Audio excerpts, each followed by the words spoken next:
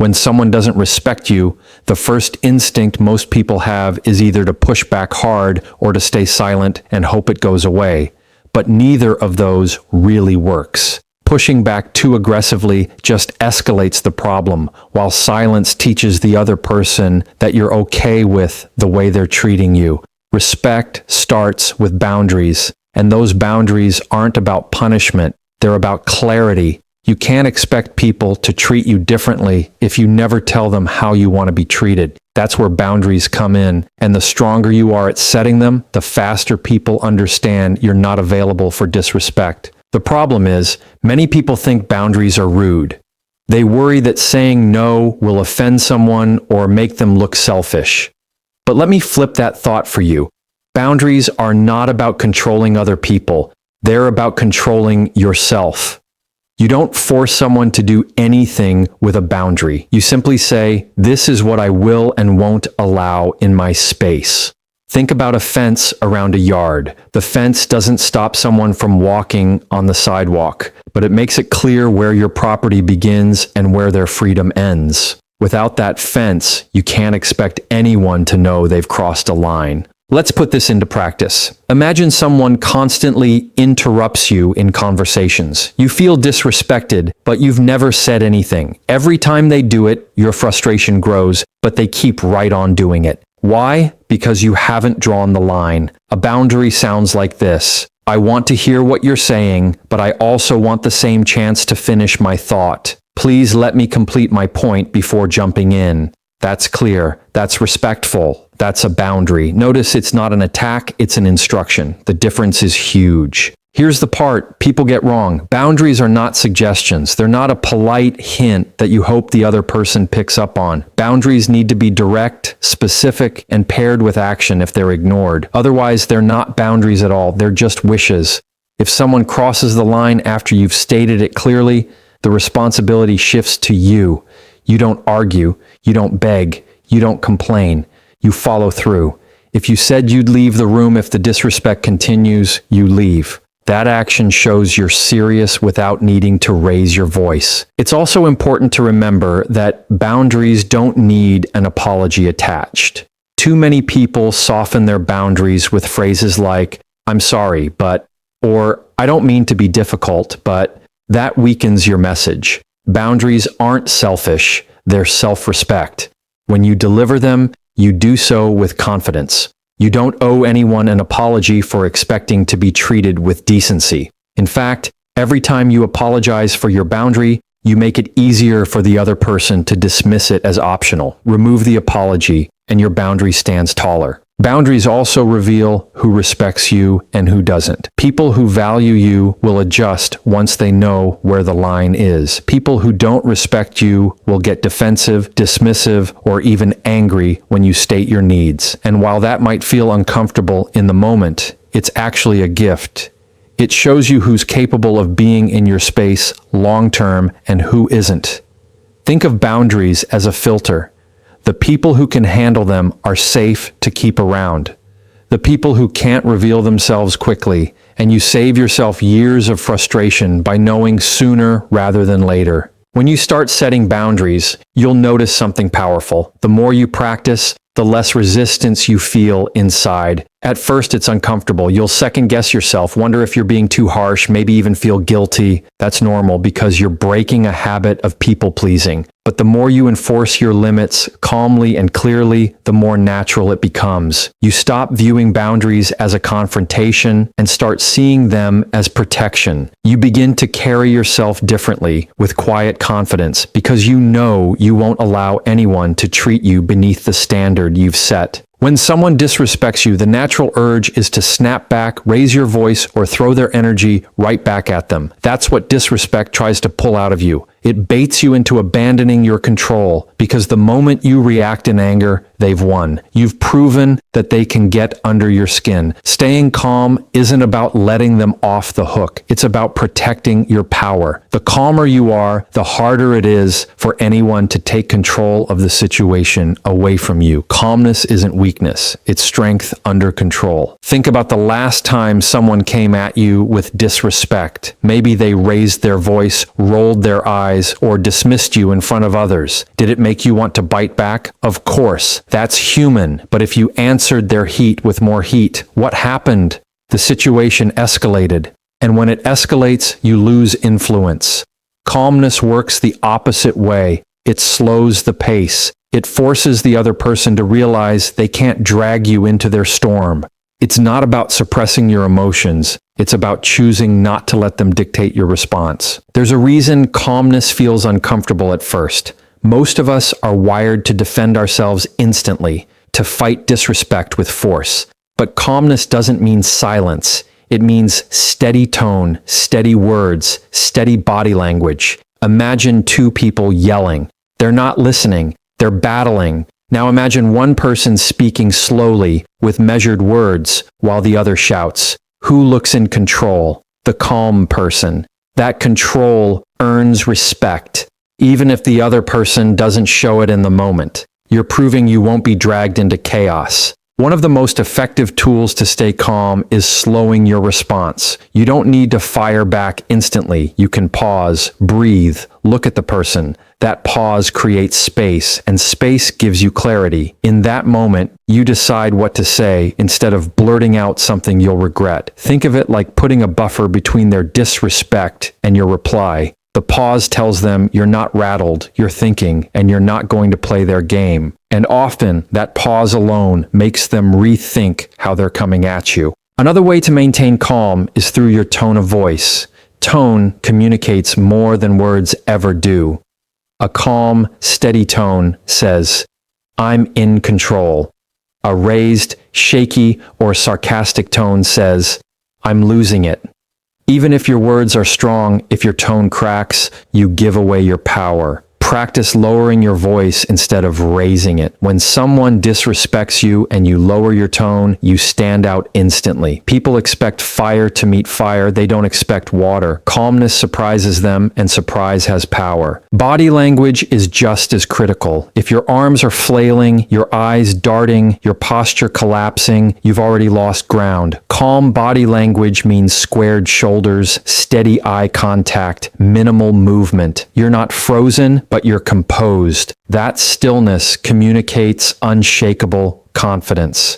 And here's the thing, even if you don't feel confident inside, acting calm on the outside often helps you feel calmer on the inside. Your body can teach your mind how to follow. Over time, staying calm in the face of disrespect becomes less about the other person and more about your own peace. You stop reacting to every slight, every comment, every jab. You realize not every battle deserves your energy, and not every word deserves your reply. Calmness becomes your filter. You're no longer pulled into every storm someone tries to create. Instead, you stand like a rock in the river. The water rushes around you, but you remain steady. And when you live that way, people begin to recognize something powerful in you. They realize they can't control you with disrespect. One of the biggest mistakes people make when they feel disrespected is swinging too far in their response.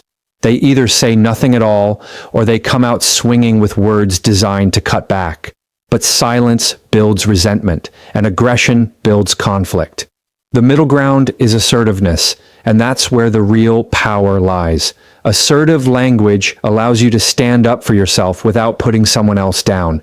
It communicates your standards without turning the moment into a fight. It's a skill, and like any skill, the more you practice it, the sharper it becomes. Think about the difference between these two statements. "You're always rude to me, and I'm sick of it," versus "I won't continue this conversation if the disrespect continues."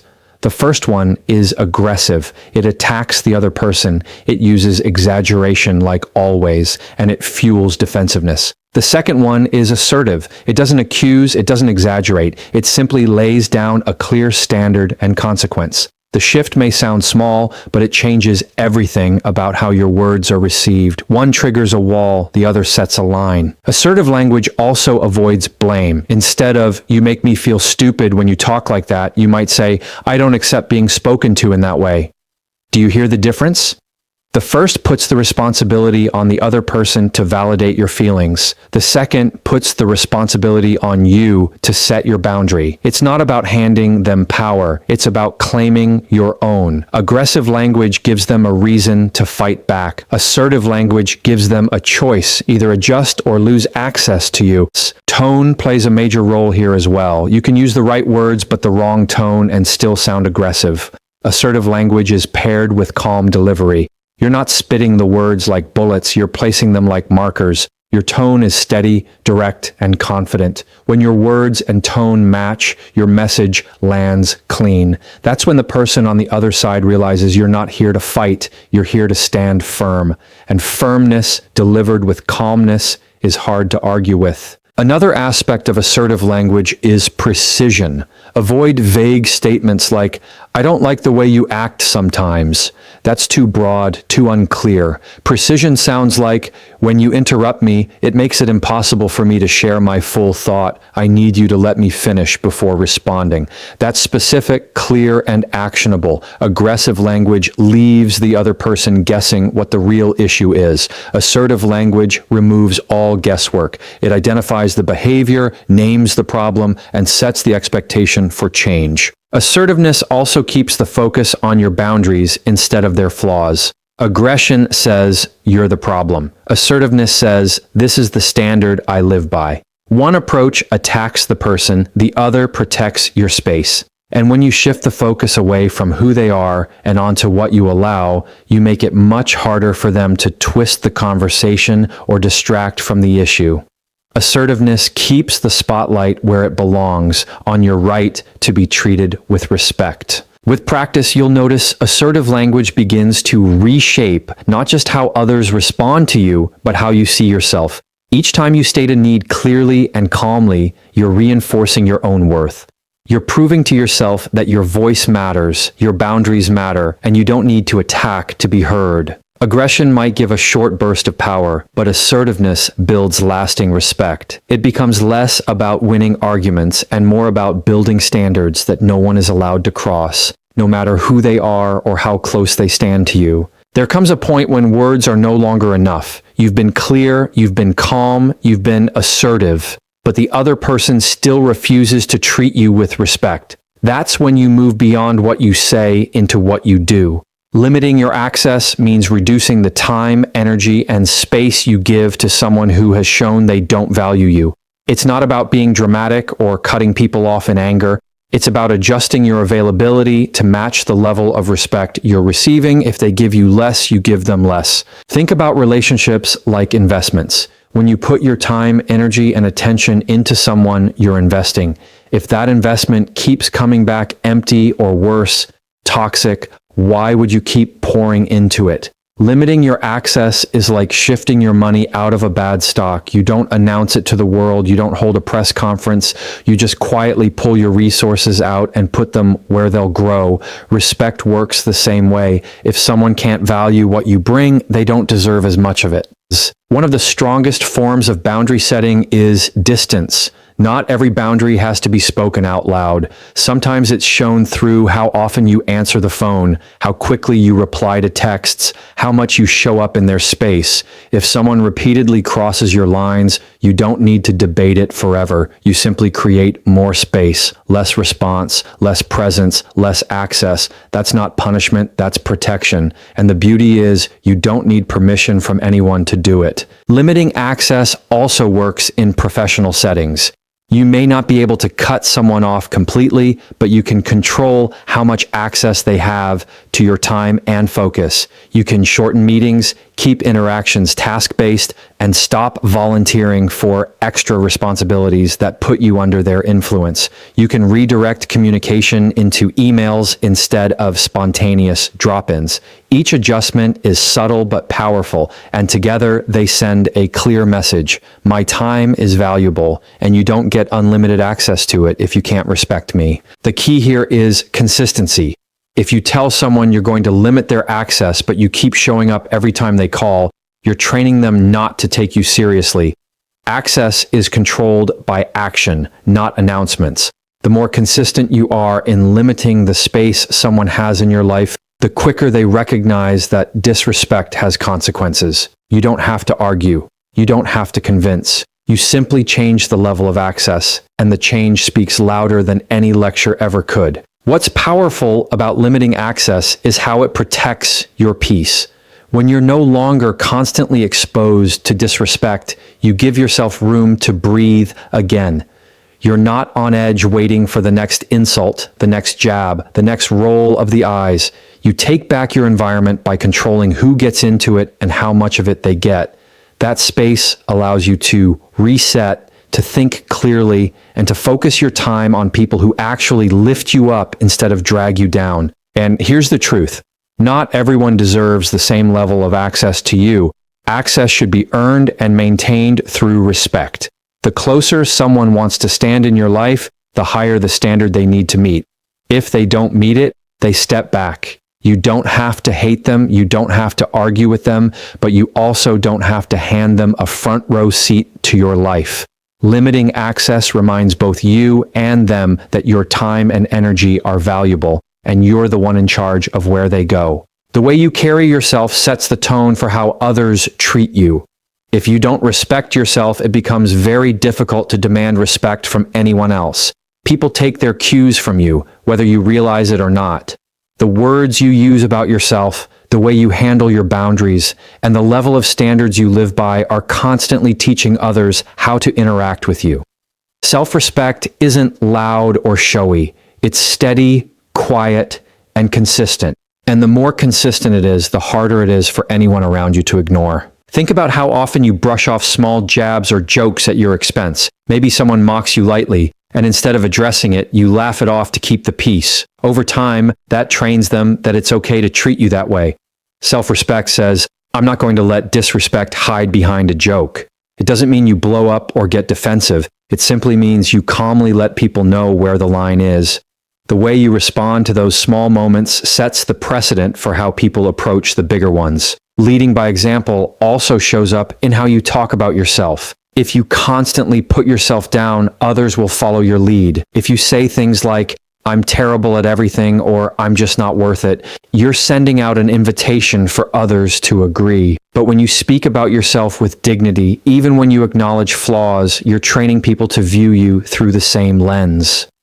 Self-respect doesn't mean arrogance. It means refusing to let negative self-talk become the story you believe or the script you hand to others. Another area where self-respect shows up is in the choices you make about your time and energy. Do you constantly overextend yourself for people who never reciprocate? Do you say yes to everything just to avoid disappointing others? Every time you do that, you're teaching people that your needs don't matter. But when you start saying no with confidence, you shift the balance. People begin to see that your time is valuable and they learn to treat it that way. Self-respect is about valuing your energy enough to protect it. 2, it's also important to note that self-respect doesn't have to be explained. You don't need to give long speeches about why you're making a choice. Your actions speak louder than any justification ever could. If you say you won't tolerate being interrupted and you calmly stop talking until the other person is done, that action teaches more than 10 explanations ever would. If you say you won't attend events where you're treated poorly and then you actually stop showing up, that action says it all. Self-respect is communicated best through what you do, not just what you say. Leading by example with self-respect also inspires others. When people see you holding firm to your standards, some of them will be challenged by it, but others will be encouraged. You may notice friends, coworkers, or even family members start to handle themselves differently after watching you. Respect creates ripple effects. Your choice to carry yourself with dignity might be the thing that gives someone else the courage to do the same in their life. When you model what it looks like, you make it easier for others to follow. And here's the bigger truth. Leading with self-respect gives you freedom. Freedom from chasing validation. Freedom from over-explaining yourself. Freedom from constantly wondering why someone treats you poorly. You stop looking outward for respect and start building it inward. And the stronger that inward foundation gets, the less you feel the need to fight for scraps of it from other people. You become the example, and when you are the example, people either rise to meet your standard or naturally fall away.